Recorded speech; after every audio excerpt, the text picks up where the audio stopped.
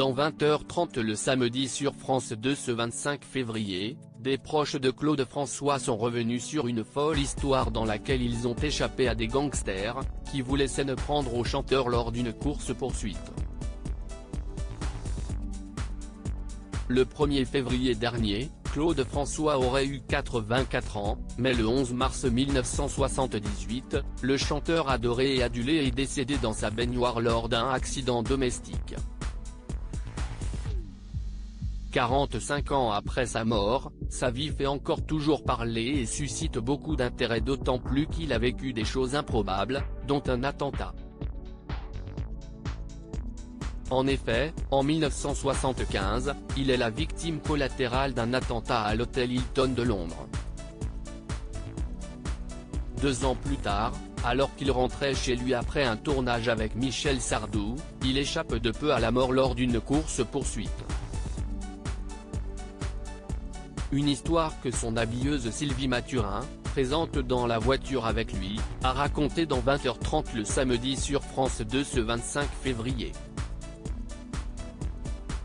Claude François, cible des bandits sur l'autoroute. Dans la voiture, Claude François ramène chez lui des plantes, en plus de ses collègues. Quand d'un coup, il dépasse une voiture de gangster sans y prêter attention, il avait une voiture assez puissante. Il conduisait très vite. Les hommes sont alors revenus à sa hauteur pour le regarder avant que cela devienne moins bienveillant que d'habitude. Cet automobiliste lui a fait une queue de poisson. Claude n'a pas apprécié. Il l'a redoublé, l'autre l'a redoublé. On sentait que c'était un jeu malsain. La voiture a finalement pris ses distances. Il se pensait donc tiré d'affaire. Jusqu'à ce qu'il retombe sur eux, les attendant à la sortie de l'autoroute. On nous tire dessus. À ce moment-là, la situation est devenue hors de contrôle. Il y avait 2 types à l'avant, un au volant, et l'autre penché par la vitre droite avec une arme. Là, ils ont commencé à mitrailler l'interprète du Lundi au soleil. J'ai vu ses mâchoires se serrer, se contracter. Elle tremblait, raconte l'habilleuse.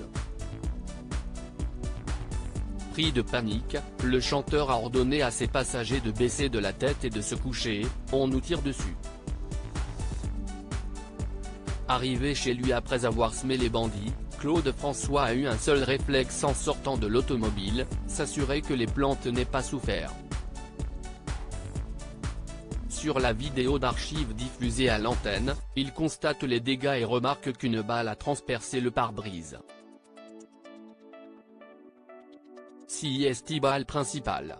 CIST celle qui m'était destinée. Je ne sais pas comment j'ai fait. Comme je ne suis pas très gros, heureusement, les balles ont dû siffler à côté. Je n'ai absolument rien eu. Point à lire aussi pourquoi Claude François a refusé que son nom soit inscrit sur son premier disque.